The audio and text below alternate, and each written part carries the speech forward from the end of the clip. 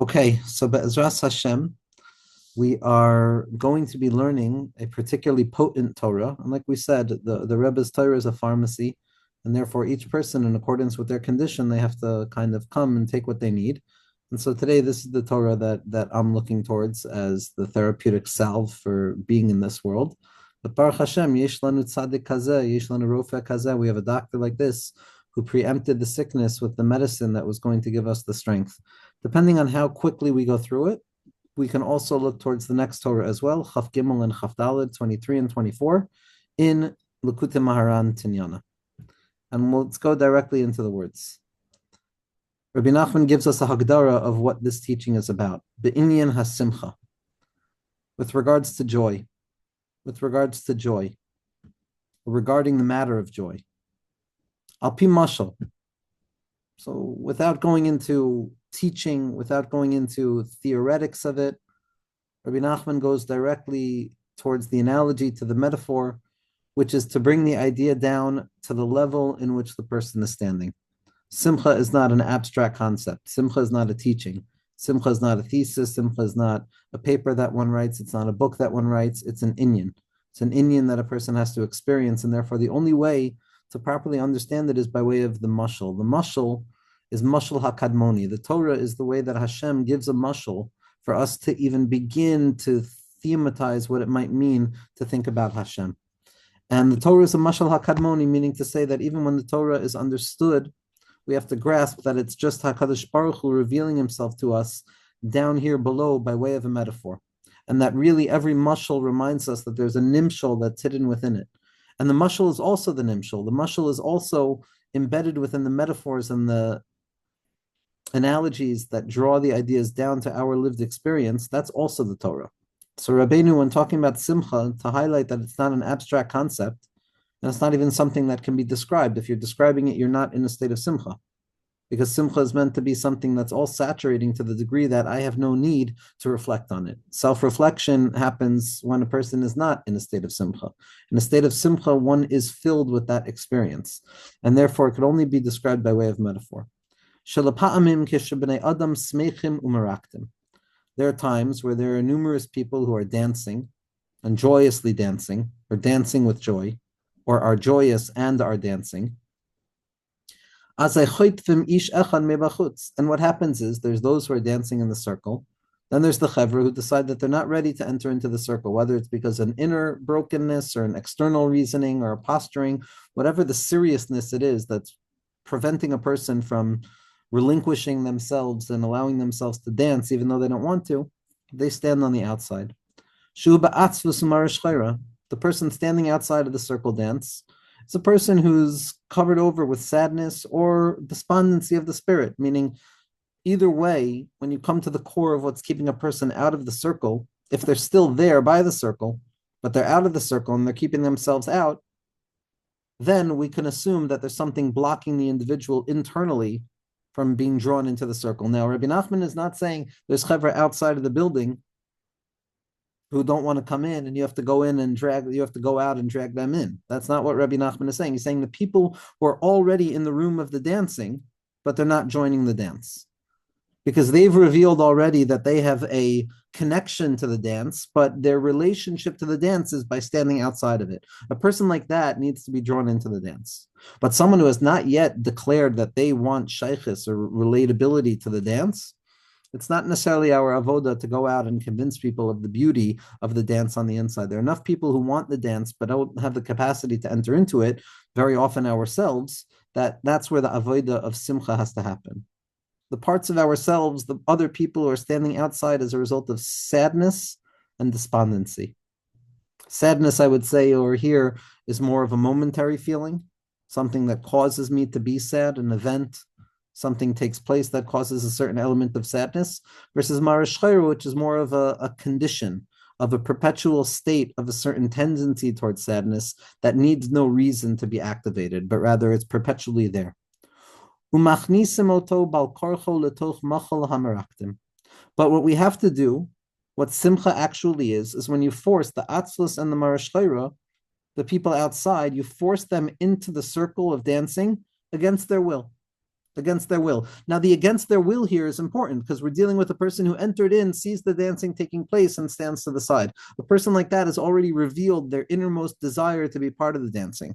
But you go outside of the store, of the place where the dancing is taking place, and you try and convince a person that you really want to be in the dance. We're the ones who sound foolish. And when that becomes the model of kind of bringing something that's far in, so then we miss the point. There's so many parts of ourselves and individuals who want in, but seem to be stuck in the periphery of that inness. And that's the place where the work of drawing the despondency into joy has to take place. That's where Bal Korcho is appropriate. Because Bal Korcho, against one's will, by way of compulsion, stands in stark opposition to anything true and holy. As the Bala Sulam says, Ein kefia beruchnias. There's no compulsion when it comes to spirituality. There's no compulsory engagement with spiritual avodah. HaKadosh Baruch Hu held the mountain over our heads, and if we didn't accept the entirety of the Torah, he said, Sham tiye kvar, that's where you're going to fall apart. So that's part of the baseline foundational relationship between God and the Jewish people, in which the Maharal has a very powerful teaching. It's just like a person who forces themselves upon somebody else, and as a result of that, there's a birth and that there's a marriage. So the person who forced himself upon the other person doesn't have the right to ask for a divorce. So too, the Maharal says, HaKadosh Baruch Hu forced us into our relationship with him. And as a result of Hashem forcing us into the relationship with him, Hashem doesn't have the right to say that he doesn't want to be part of the relationship anymore. But that's at the foundation of the relationship. But in spirituality, b'derech klal, ein kfiyah beruchnias, there's no compulsion. So how can Rabbi Nachman say force the sadness and the despondency and the opposite of joy into the circle of joy against its will? It must be that because it's proximate to the territory of joy, and it's those things that I'm thinking about that are keeping me away from joy, well, then they already have a relationship with the territory of joy. And if they already have a relationship with the territory of joy, even though the relationship that it has to joy is the opposite of it, nevertheless, the fact that it shares a border with joy means that it has already declared its innermost desire to want to enter into the circle, in the aspect of koifinasai ad sheyomer rotzani. And so it's the parts of ourselves that are susceptible to be brought into joy, even though they're not there yet, that our responsibility is to include those parts of ourselves into the avodah of simcha. And we compel them against their will that they should join in with the joy in addition to us. So the nature of joy, says Rabbi Nachman, is not simply to be joyous while leaving out the parts of ourselves, or let's focus on the self, the parts of ourselves or the others in the world that don't want to yet enter into that circle of joy. Real joy is something that breaks free from the borders that contain it. That the ufaratsta, breaking free from the boundaries of self and overcoming the boundaries, is the expression of joy. It's a spontaneous overwhelming of the bounded nature of self that can flush forward across its borders and extend itself farther. That's a tefach sochik. A laughing tefach is something that extends itself, revealing the more within what it previously considered to be the less. Natata simcha belibi, Hashem, you place joy in my heart, you expand my heart, you give me the ability to hold more within myself, to hold the entire world, only through the koach of simcha. Ki b'simcha teitzeu, because it's joy that takes a person out. Why? What's keeping a person in? It's the boundaries, it's the borders. And the way that I break free from the boundaries of the borders is by breaking open the walls, by breaking over the jail cell of the mind with simcha. We saw today in the Ramchal that our avodah is to transform the sohar and destroy the sohar, which is the same osios. Samech Hey Reish is sohar, and it can be transformed into haras. We have to destroy those things that are keeping us contained within our minds, keeping us stuck. And that's joy. Joy breaks through the boundaries. It includes even its opposite within itself, where we allow ourselves to be okay, even with that which feels not okay. Because joy, ultimately, for the Maharal, joy is shlemus, fullness. But we also know the fundamental principle that there's no such thing as wholeness. And so ultimately, the definition, as I understand it, of joy, or the possibility of joy, is living as if things are whole in spite of the fact that I'm aware of the fact that they continue to be deficient, which is the secret of Ezehu Ashir Hasameach Bechelko. True simcha comes about when it's simcha of a partial orientation. partiality. I don't have all of it. I'll never have all of it. As Rav Kook says, Hasameach bechelko implies simcha chelkis. It's always a partial happiness until Mashiach Tzidkenu arrives. And when I have that awareness that I can be okay with all of these things that still are theoretically against my ability to be okay, but I can include the things that make me feel not okay within the territory of being okay, that's the true source of simcha. Kein yesh be'inyan hasimcha. So too, we have this metaphor of the dancing, right? We have this metaphor of drawing somebody else in, something that's outside of the circle into the inside of the circle to transform the outside into the inside. Rabbi Nachman says so too. Once we've given you the metaphor, we can now abstract it back to what it means to take shape within an individual themselves. Adam sameach, when a person has a moment of joy, when a person has a moment of all rightness, when a person has a moment of okayness, what happens is the first level of joy is that despondency and darkness, which are the opposites of joy, they get pushed out to the sides. There's a tzimtzum that takes place. That which was the center gets pushed out to the periphery, and the center is taken over by something new and improved, which is the secret of joy. And immediately, joy is doche all of the darkness. Ma'at min ha'or doche harbe min ha'choshech. But it doesn't mean it's gotten rid of the choshech. It's just pushing it out of the way. It's pushing it outside of the center of the scene. That's one level of simcha, where I push aside the things that block me from okayness, that block me from all rightness, and I ignore them, and I let them stay on the periphery, because now I'm in the center, I'm in that place of simcha. Aval ma'ala yisera, but that's only the first level, where there's joy and it pushes sadness and despondency and the opposite of sadness to the outside perimeter, and I'm learning how to suppress it and ignore it, but I've done nothing to elevate it and transform it. But there's another level. Aval mala yisera. There's a higher level. Lehit ametz lirdof achar hamarashchera dafka. Lehit ametz, to garner the courage within the self to put the effort in, the courageous effort. Lehit ametz, to enter into the burdensome task of cultivating the courage, the amitz koach, which gives me the ability to do that thing which is more difficult.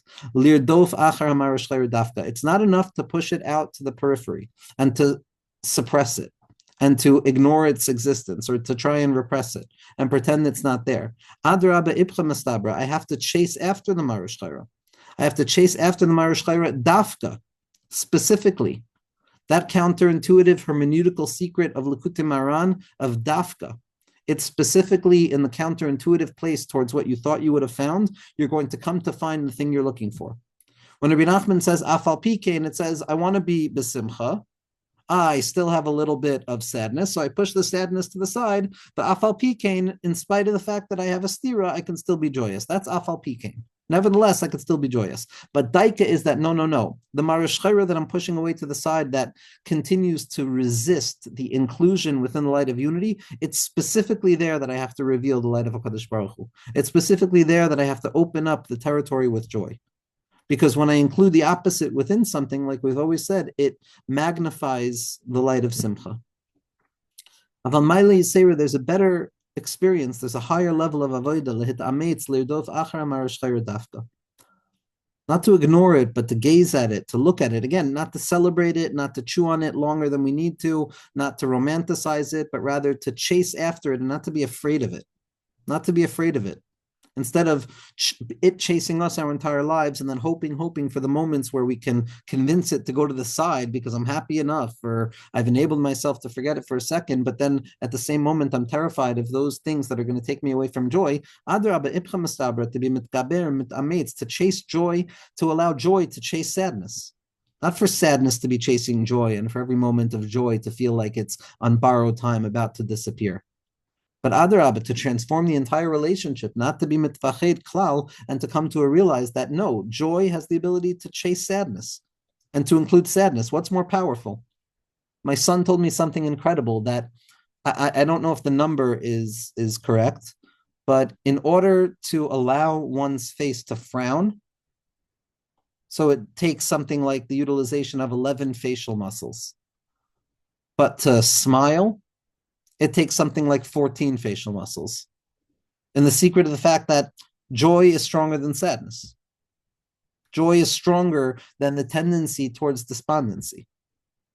Joy has a strength that despondency does not have, but despondency seems like a terrifying barking dog, so we live our entire lives as if we are being chased by sadness, and joy feels feeble in its essence. But the truth of the matter is that by uncovering the amitz koyach, the chase after the marashchara daika, that's the secret of transforming my life and realizing that my real self is a joyous self. Natata simcha belibi. You've placed joy within my heart. And for Rabbi Nassan, joy was a very delicate thing. It meant in the end of the day, at least I'm a Jew. At least I'm not a Jew. I have something. It doesn't have to be based on anything other than the tiniest something imaginable. But once I uncover that potency of that inner point of joy, then the whole system is transformed and I begin to chase the Marash Chayra. La'achniso so gam came b'toicha simcha, to include it also within the simcha, that also, that gam ki elach begetz amaves lo yirara kiati yumadi, also, gam charvona zachar latov, v'gam. Gam is the secret of Nacham ish gamzu latova. Gam is the secret of including that which we thought was excluded into the inclusivity to reveal the doubled nature of that which is being included. Gam ki elach begetz amaves.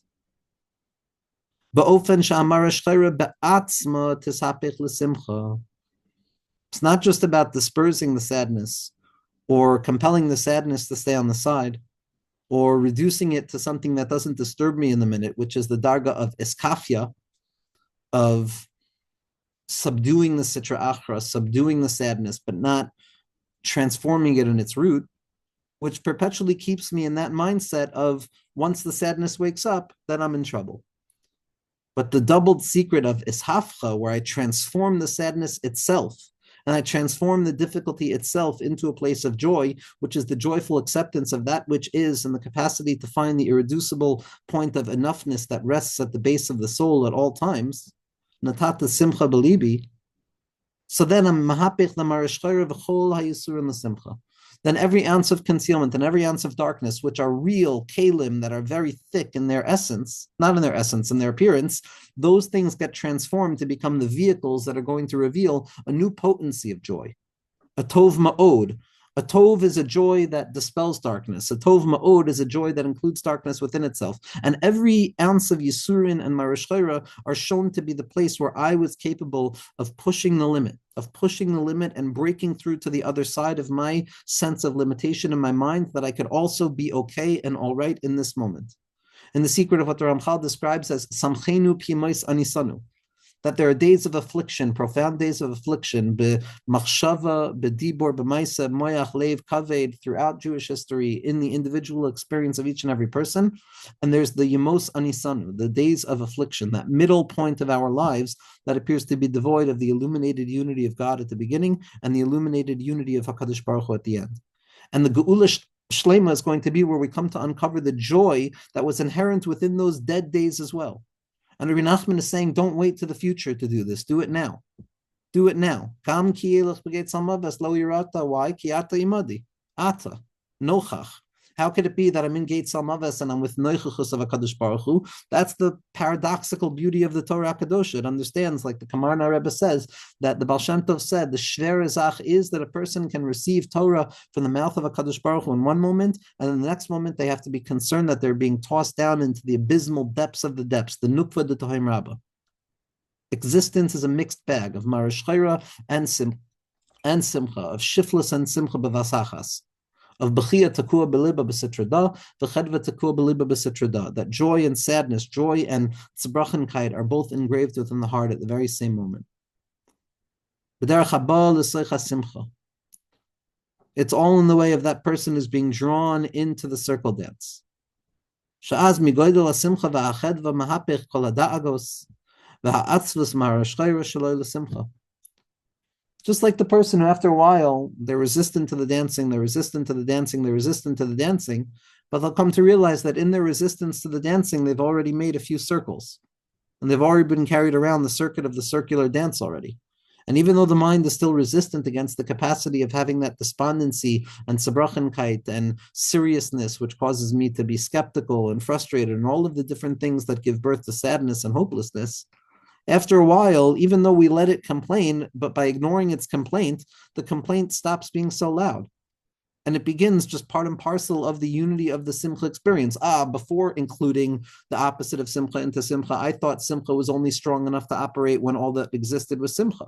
But by including the opposite of simcha into the secret dance of simcha and ultimately allowing it to coexist to the degree that not only does it no longer disturb the original place of simcha, but rather increases it by way of the shift that enables the radical change to overcome despondency within the simcha itself, to find more simcha within my simcha, in the secret of ba'or chanira, or that within your light I see more light. How could it be? I'm in the light already. How could I see more light? Elama, there's concealment within the light as well, which enables me to transform it to the next darga. And in that place, slowly but surely, the simcha is transformed. And it's nisapich from worry and sadness. Here, Rabbi Nachman is adding the word worry for the first time. Sadness and worry, anxiety, depression are obviously, on the phenomenological sense of the felt experience of their externalized symptoms. I'm not talking about diagnostics, but in their exterior, worry over the future and sadness over the past are ultimately rooted in the same disorientation and separation from the present moment itself. Nimtza, it turns out, shechotef hamarash, we steal from the side of the Marash Chayra, we steal from the concealment, and we bring it into the simcha bal karcho. Now, this is obviously, Rabbeinu is describing the crux of Tanya, but also it's ultimately rooted, it seems, in the Maimer of Chazal that at the end of the week, on Friday night, when a person is ready to walk back into their home, and the world is meant to be a transformed thing, and it's Shabbos now, and it's a different existence, that a person has traveled with two malachim. On the right side of the person is the malach tov, and on the left side of the person is the malach ra, the good angel and the negative angel. And the Arizal says, and the Helikat Tzadikim point out, that what those malachim are the Yetzer Hara and the Yetzer Tov.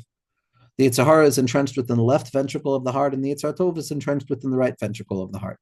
And ultimately, the question is going to be, is Shabbos in the house or not? If the angels see that it's not Shabbos and the entire day is treated like the rest of the week, so then the negative ministering angel, the Yetzer Hara, looks and curses the Jewish people and laughs about how much they're missing the point. But, says the Gemara, if the malachim come to see that the home is filled with Shabbos and the entire world, in spite of the fact that it looks the same, has shifted completely, so in that place, the Malach Tov gives a bracha, the Yetzer Tov gives a bracha, the Malach Ra Yomer Amen Bal Korcho. And the Malach Ra, the negative angel, the Yetzer Hara, has to say Amen to the bracha of the positive angel against its will. Why? Because it's exactly what we're saying. It's one thing to have the Malach Tov say yes to the world. It's one thing to feel good about Shabbos. It's another thing to have the opposite of Shabbos agree to the beauty of Shabbos. It's another thing entirely when there's an illumination that comes about from the very thing that was taking away my ability to be in the place that I wanted to be. Because now I've extended the destination. My destination can be found even in its opposite. Simcha is so powerful that it has the capacity to transform even its opposite into a place of the radical affirmation of more simcha, where the Malach Ra, where the Yetzer Hara itself is acknowledging that, yes, in truth, every ounce of my effort, every ounce of my struggle to conceal and to create darkness and to cause despondency and to engage in the mechanics of hopelessness and to paint a picture of a reality or an existence personally or collectively that seems without hope or without help or without rectification, or it seems to be devoid of the possibility of being seen through the lens of redemption, all of that, says the Yetzer Hara, every ounce of it has only been in order to reveal the radical certainty of the joy that comes about by the kiyum of Ratzon Hashem, by radically affirming ki b'simcha teitzeu. And for Rabbi Nachman, simcha was a theological stance. Simcha was not an emotional experience. If it's an emotional experience, you can't be commanded on it. It's a theological stance. Everything has to be seen through a lens of simcha. Simcha doesn't mean a feeling of simcha. It means a framework of simcha. To mach freilich sein means do whatever it takes to create a frequency of your mind of a loving acceptance of that which is, with the capacity to gaze at it and find the enoughness of a lukus that rests hidden in that place, and then to grow from that perspective. And so the Malach Ra says, you're right, Amen, it's true. It's fundamentally true. Every ounce of concealment, every ounce of darkness, every ounce of the parts of myself that want to be outside the circle of joy and the resistance to joy, all of that is only so that joy can extend its territory. Malach Ra Yomer Amen is Rosh Tevos Meir. And the secret of Rabbi Meir, who's the secret of the Arich Bedora, Rabbi Meir had the ability to learn from Acher. Rabbi Meir had the ability to find the rimon and to eat the inside of the rimon and to toss away its outer shell. But you know what? Rabbi Meir also would have had the ability to transform the outer shell into Kedusha as well. But the Gemara wasn't ready to teach us that Nakuda yet. Because we have to first get to the same Nakuda of Rabbi Meir being able to eat from the fruit and toss away the klipa. But in truth, the full totality of the worlds of separation in their core, which are worlds of sadness, are in truth just hiding and covering over the innermost point of Yichud, which is the light of Simcha. And like Rabbi Meir, who has the ability to be Mahapech L'choshech into Or, and to say 49 reasons why something is kosher and 49 reasons why something is puzzle. Not just to say the yes of the Torah, but to include the no of the Torah within the secret of the unity of the Torah. That's the secret of Malach Ra Yomer Amen Bar Kocho. That's the secret of Mashiach. Ruach Apenu Mashiach Hashem is Rosh Tevos Meir. Rabbi Meir is Rav Nehuroi. It's the light that emerges from this worldliness itself. The capacity to transform the darkness into light itself, and to reveal how the darkness itself is a kli and a vessel that has the capacity of allowing the light to be illuminated even more so. And this is the element of the pasuk in Yeshaya that says, you will come to grasp sasan and simcha. These two forms of joy, which the Heilige Gras said he came down into the world to explain the difference between these two forms of joy, which are hinted to the Trei Minim, the two heretics who have a conversation by the Simchas Beis HaShoeva about what's more significant, Sason or Simcha, 5 or 6. Simcha is the lashon of Chamisha, and Shisha, Sason is the language of 6. It corresponds to Netzach and Hod, and ultimately the unification within Yesod and Yishmael and Esav, as the Gra describes. But ultimately, this Sason and Simcha, these two forms of inner and outer joy, Yasigu, when we grasp them, Nasu Yagan Va'anacha. Despondency and the sighs that come about as the result of deficiency, they go away. What does it mean they go away? Shahayagon Va'anacha Borchim V'nasim V'nasimcha. That when joy comes down, sadness runs away. It can't tolerate joy. Because if joy were to shine its light on sadness, the sadness would dissipate. So what does sadness do? It runs out of sight and it says, let's continue to exist in the shadows and let joy do its thing. And the moment joy dissipates again, we'll have the ability to come back and invade the scene because joy can't be maintained for too long. And Mamela will have the ability to run back and fill the scene. So let's just stand on the side. That's the first shlav, where I'm happy, but there's sadness that's waiting to pounce the moment that the reason for happiness is left. But there's a wisdom and an awakening of the joy within the joy, which says, wait a second, I'm joyous now, but I know that this Yagon Va'anacha are waiting for me in the next moment. So instead of losing sight of the fact that there's a further purpose to my joy and getting stuck in just the momentary joy of the moment, I have to run after the despondency and say, I understand why you want to remain excluded, but I'm revealing your purpose. I'm revealing that only reason you're here is so that I can increase my joy. And we chase after the joy. We extend the territory of the joy. Because in the moments of joy, the tendency of sadness and the despondency-induced sighs of experience tends to run to the side. But in truth, the truth of the matter is we have to turn around, realize the strength of joy, and instead of being chased, turn back and chase after it. And to grasp it. And to bring them back with us and to re-include them within the simcha specifically, because that's the place where true simcha is going to come from. And this is the explanation of sasa and v'simcha yasigu, that you'll come to grasp sasan and simcha. Sasan v'simcha yasigu v'yitvesu asayagon va'anacha.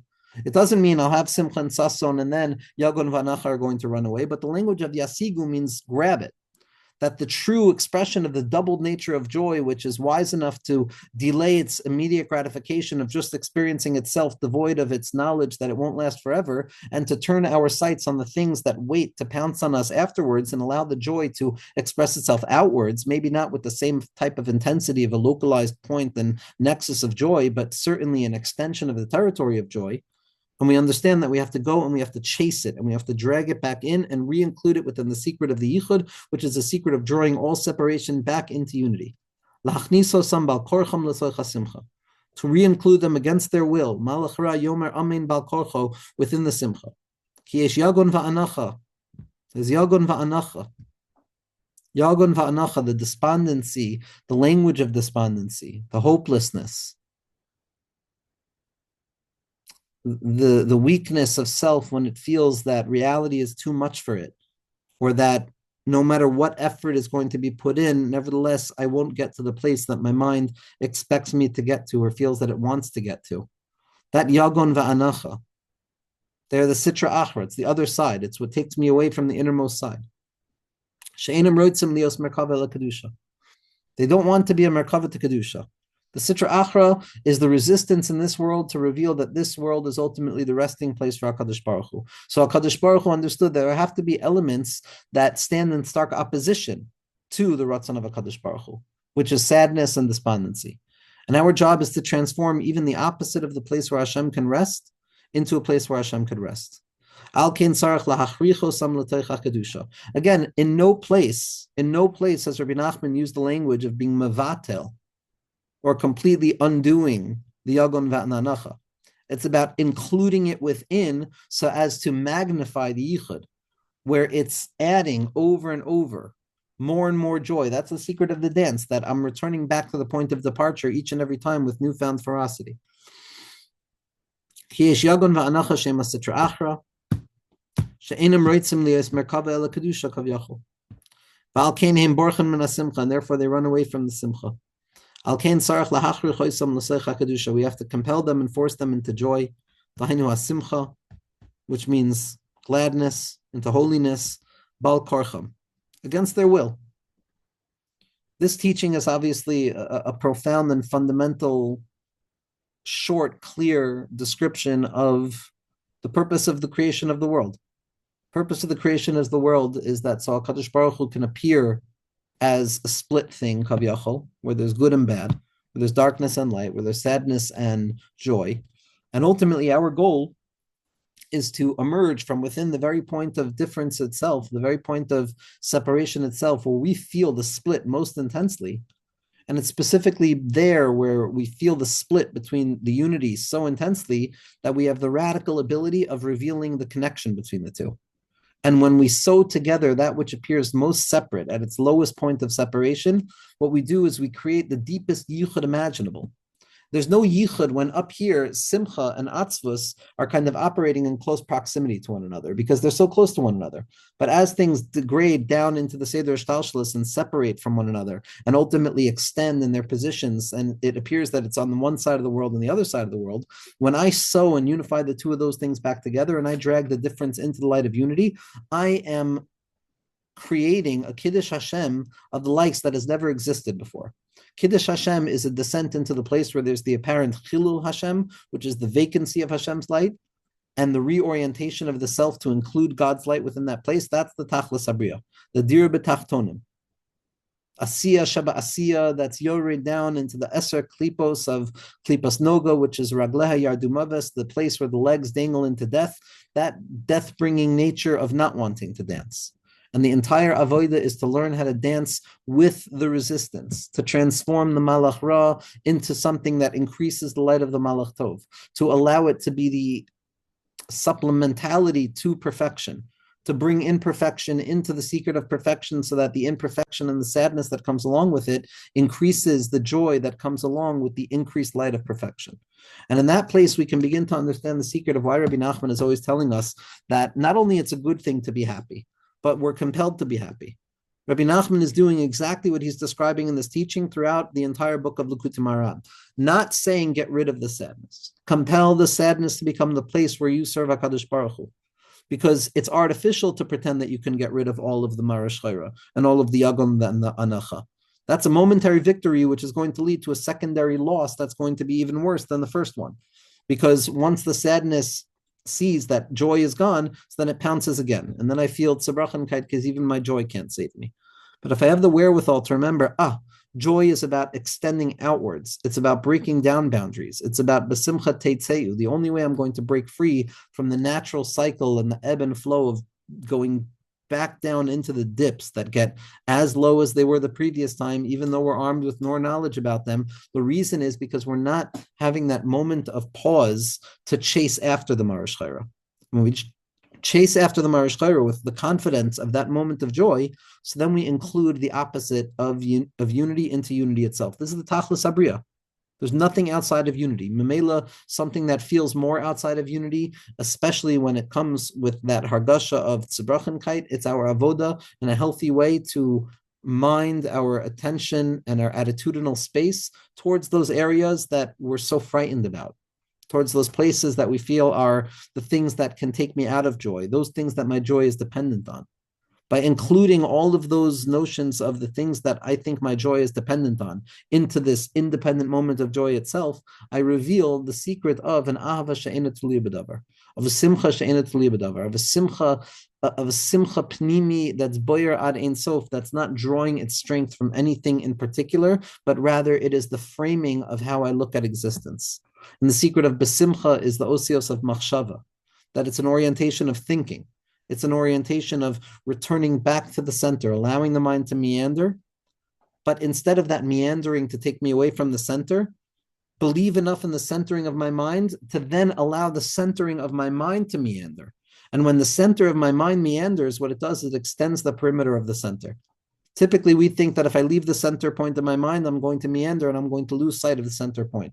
Center point being simcha, the meandering leading me to the territories of sadness. What Rabbi Nachman is explaining is, no, have confidence in the innermost point of joy, in that nekuda of simcha, and then meander outwards towards the peripheries where joy does not want to be accepted, and force joy into that place as well, to be okay with ourselves, to include those things which we feel can't be included within ourselves, to allow the opposition to notice that we're not fighting it. It's part of the same unity that HaKadosh Baruch Hu is revealing. And when we can do that in our lives, then HaKadosh Baruch Hu does it outside as well. And when we're mamtik the dinim b'sharasham, and we can bring all of existence where the atzvus is choyle, where the atzvus is chal, in that place of hester, and we can bring it back up to that place of machshava, b'machshava is bariru, ki b'simcha teitzeyu, and we're mamtik the dinim b'sharasham, because we realize that sadness is also just a state of mind when it comes from the depth and the koyach of emunah that my mind has, and I can elevate everything back up to HaKadosh Baruch Hu, and that's going to be the true form of joy when Mashiach Tzidkenu comes to reveal Samchenu Kimois Anisanu, how each and every pocket of energy that felt devoid of the light of HaKadosh Baruch Hu, by way of attaching ourselves with Simcha and Amunah to that place, each and every pocket of concealment is going to be transformed into an incubator and a reservoir where reality allowed the light of HaKadosh Baruch Hu to be greater than it could have ever been without the concealment itself. Be'ezras Hashem.